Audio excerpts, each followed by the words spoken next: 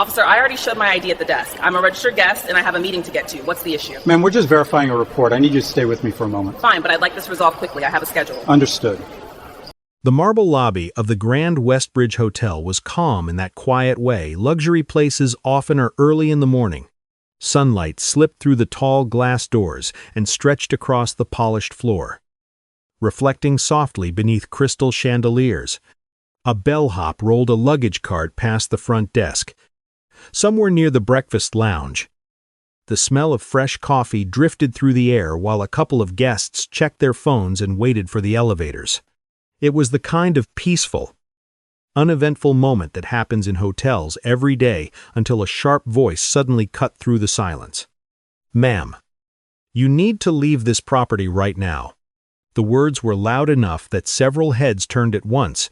A uniformed police officer stood near the center of the lobby, his posture stiff, one hand resting near his belt as he faced a woman standing calmly beside one of the marble columns.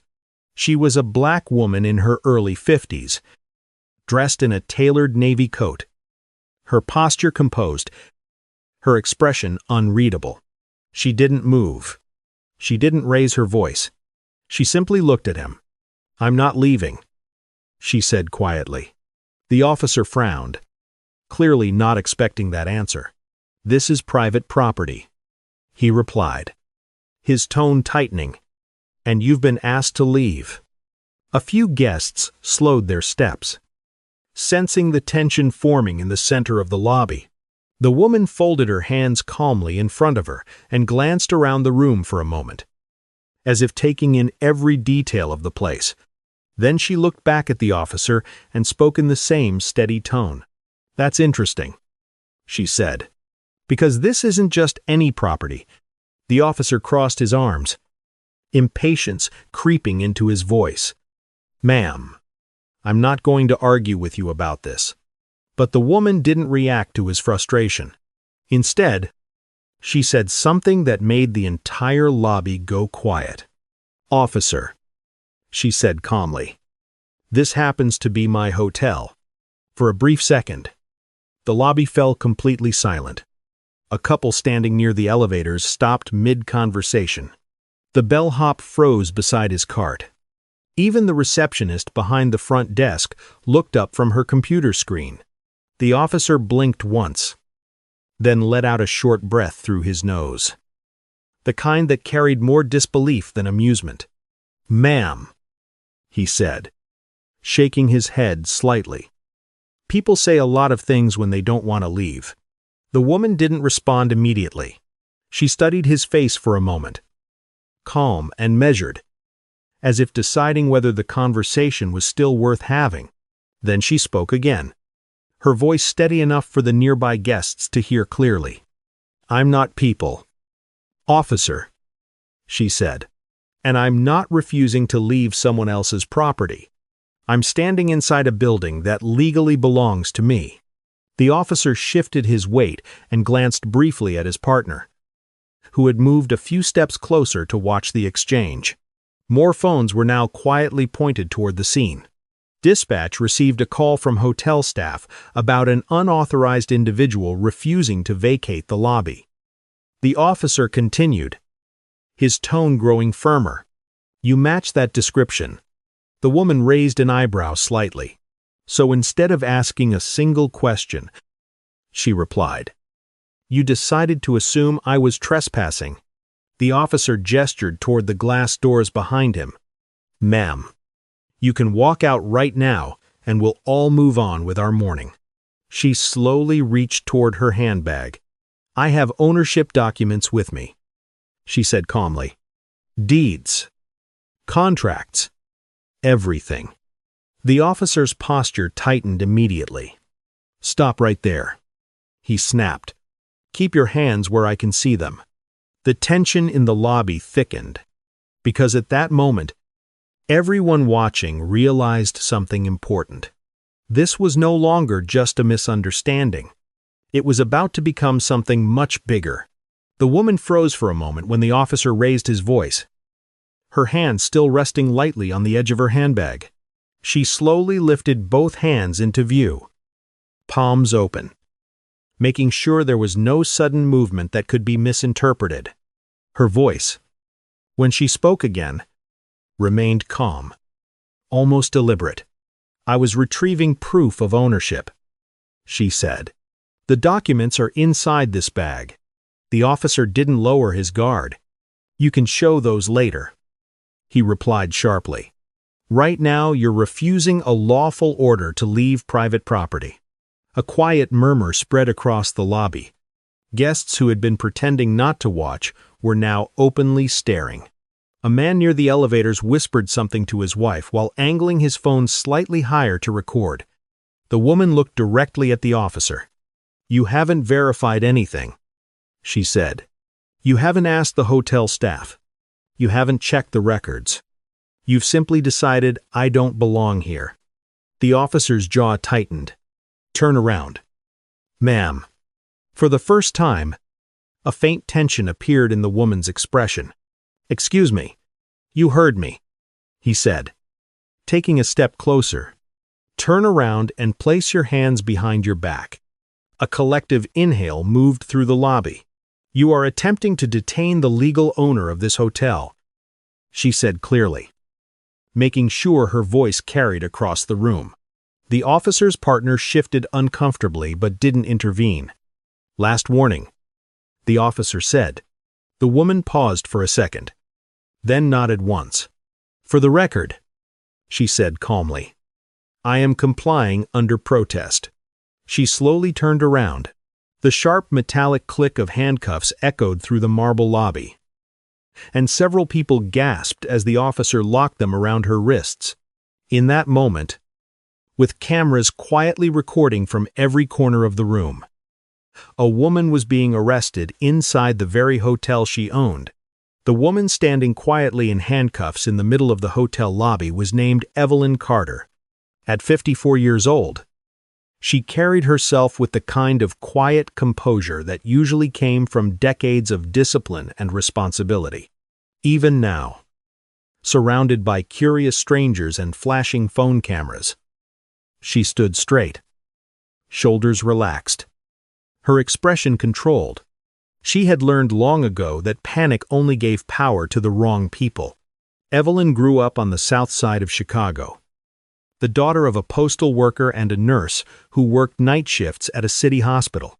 Their apartment was small and often noisy, but her parents insisted on one rule that never changed. Education came first.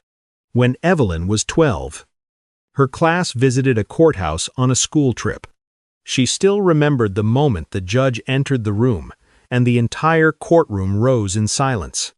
What stayed with her even more was the realization that the judge was a black woman. The authority in that room did not come from shouting or intimidation. It came from knowledge, preparation, and the law itself. From that day forward, Evelyn knew exactly what she wanted to become. The path was long. Scholarships, late nights studying, law school loans, internships where she was mistaken for an assistant instead of a future attorney. But she kept moving forward. She graduated at the top of her law school class, passed the bar on her first attempt, and built a reputation as one of the most meticulous legal minds in the courtroom. By her early 40s, she had been appointed to the bench, becoming Judge Evelyn Carter, known among lawyers for rulings that were calm, precise, and firmly grounded in constitutional law.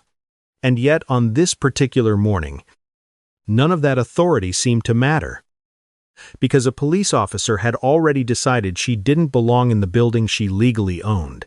The officer who had just placed handcuffs on Evelyn Carter was Daniel Brooks, 38 years old, a patrol officer with 8 years on the force. On paper, his career looked solid. His file showed commendations for quick response times and initiative in the field.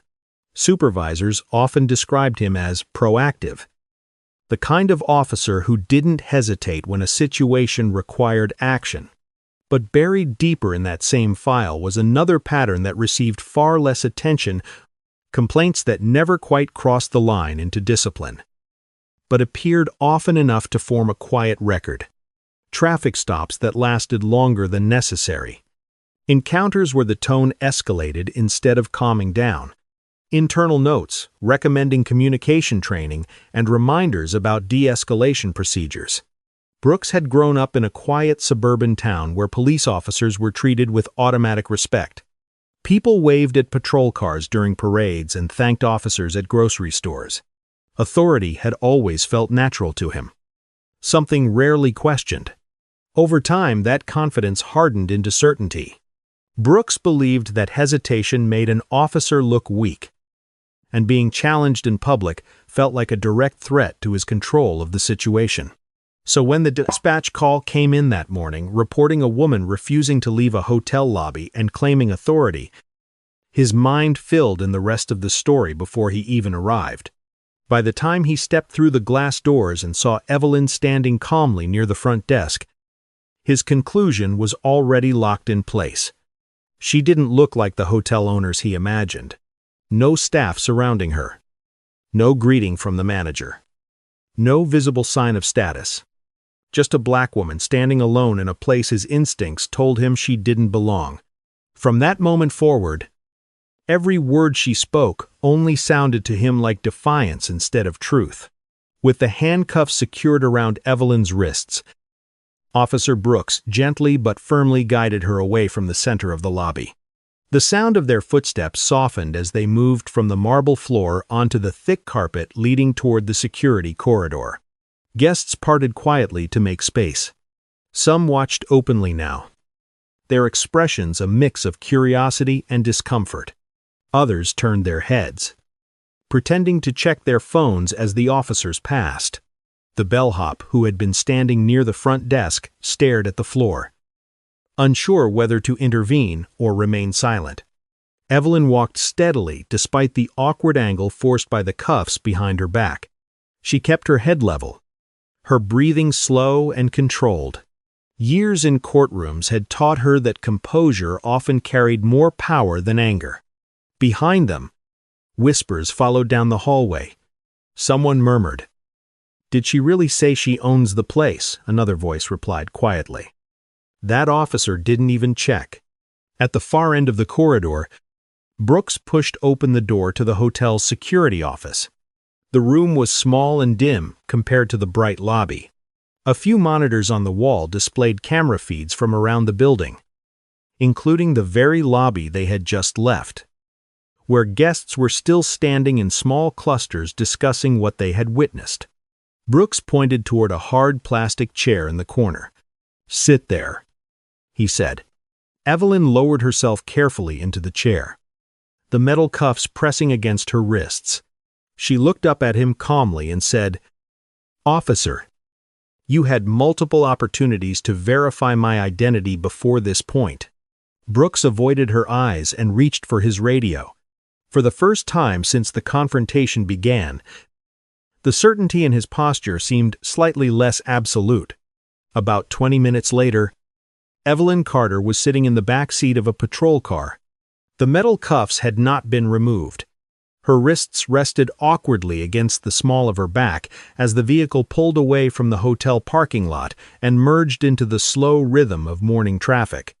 Through the window, she watched the city move normally around them. Office workers crossed the street with coffee cups in hand. Buses stopped to pick up passengers. A delivery truck blocked half a lane while unloading crates of produce. To everyone outside the car, it was just another ordinary morning. But inside the vehicle, the atmosphere felt heavier. The plastic seat was cold and slightly slippery beneath her, and the faint smell of disinfectant lingered in the air. Evelyn sat upright, her posture controlled, her mind already cataloging every detail of what had happened. The exact time, the officer's words, the witnesses, the cameras in the lobby. In the front seat, Officer Brooks adjusted the rearview mirror slightly. For a brief moment, his eyes met Evelyn's reflection. She wasn't angry. She wasn't panicking. She was simply watching. calm and focused in a way that made him look away almost immediately. The radio crackled with routine dispatch chatter. But then a new voice came through with a request for verification connected to the hotel incident. Brooks listened silently.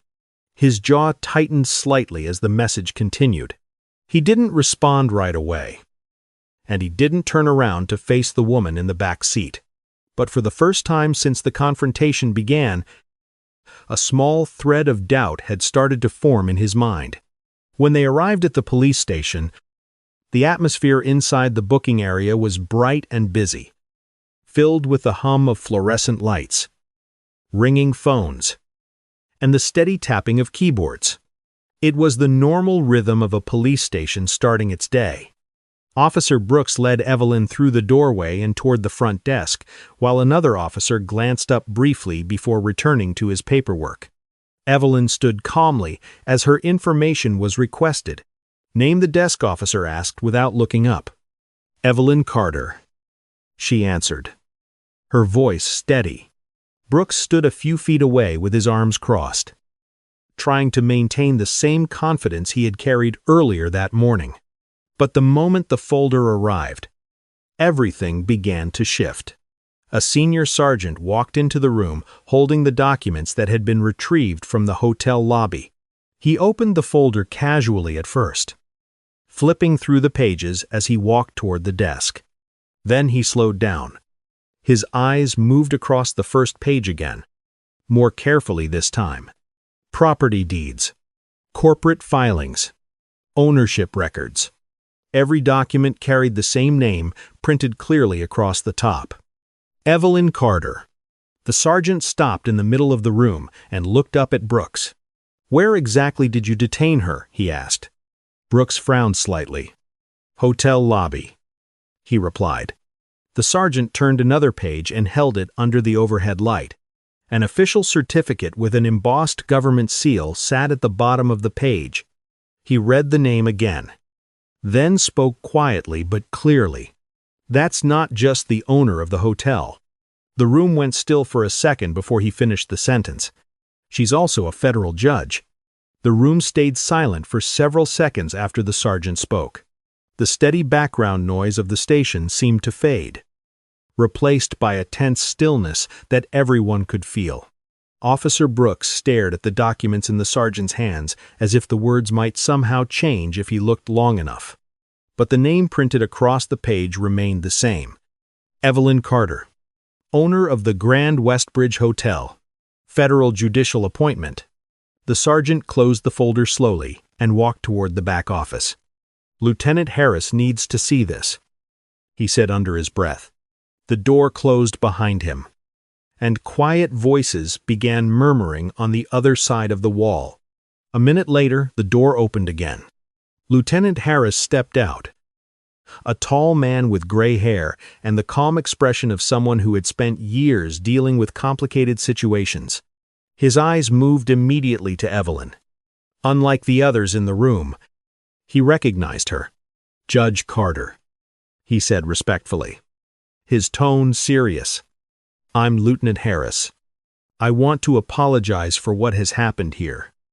He turned toward the officer standing behind her. "Remove the cuffs." The metal clicked open as another officer quickly unlocked them from Evelyn's wrists. She rubbed them once where the pressure had left faint red marks but said nothing. Harris then looked directly at Brooks. "Officer," he said quietly, "she owns the hotel you detained her in." The weight of those words seemed to collapse the confidence Brooks had carried all morning. For the first time, he had no response at all. By the time Evelyn Carter left the station that afternoon, the story had already begun spreading far beyond the walls of the hotel lobby. The videos recorded by guests had been uploaded to social media only minutes after the confrontation happened. At first, the clips circulated quietly, short recordings of a police officer arguing with a woman in a hotel lobby. But as more angles appeared, the full picture became clear. One video showed Evelyn calmly explaining that she owned the hotel. Another captured the exact moment Officer Brooks refused to look at the documents she offered.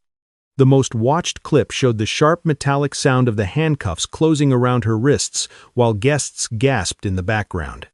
Within hours, the footage had gathered millions of views, comment sections filled with disbelief and anger. News organizations began replaying the clips on television, asking the same question over and over. How could a police officer arrest the legal owner of a building inside her own property? The city police department released a brief statement confirming that an internal review had begun. But public reaction was already moving faster than any official investigation. Civil rights advocates began sharing the story. Community leaders demanded answers. The hotel's name trended online alongside the city police department. And at the center of every headline was the same simple fact. A calm woman had been handcuffed in the building she owned because someone decided she didn't belong there. The internal investigation moved faster than most cases like it usually did. Once the videos spread online, the department knew the situation could not be handled quietly. Within hours, Officer Daniel Brooks was placed on administrative leave. His badge and service weapon were temporarily taken, and he was ordered to remain off-duty while Internal Affairs reviewed the incident. Over the next 3 weeks, investigators examined every piece of evidence connected to that morning. They reviewed the body camera footage from both officers, the dispatch call that originally sent them to the hotel, the security camera recordings from the lobby, and the statements from more than a dozen witnesses who had watched the confrontation unfold. The evidence told a clear and uncomfortable story. Judge Carter had repeatedly offered documentation proving she owned the hotel. Officer Brooks had refused to verify it.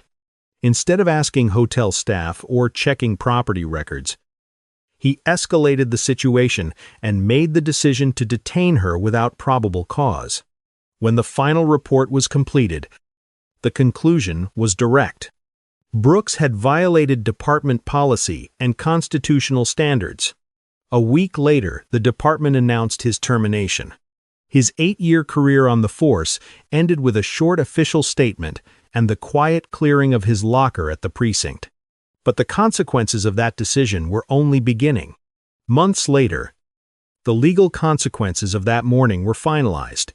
Judge Evelyn Carter filed a civil rights lawsuit against the city and the department, detailing every moment of the encounter from the initial accusation in the hotel lobby to the handcuffs that closed around her wrists without probable cause.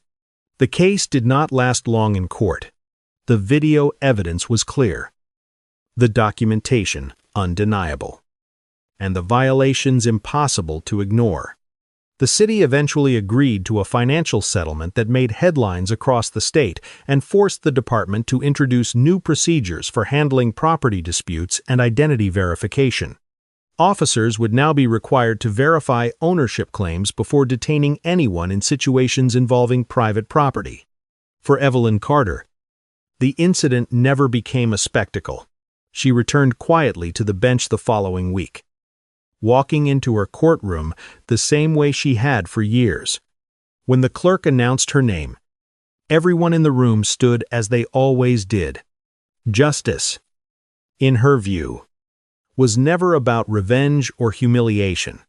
It was about accountability and the rule of law. What happened in that hotel lobby was not just one officer's mistake. It was a reminder of how quickly assumptions can replace facts when authority goes unquestioned. And the truth is, the only reason the system corrected itself in this case was because cameras were watching. So, the real question remains: how many similar moments happen every day when no one is recording? And no one powerful enough is there to demand the law be followed.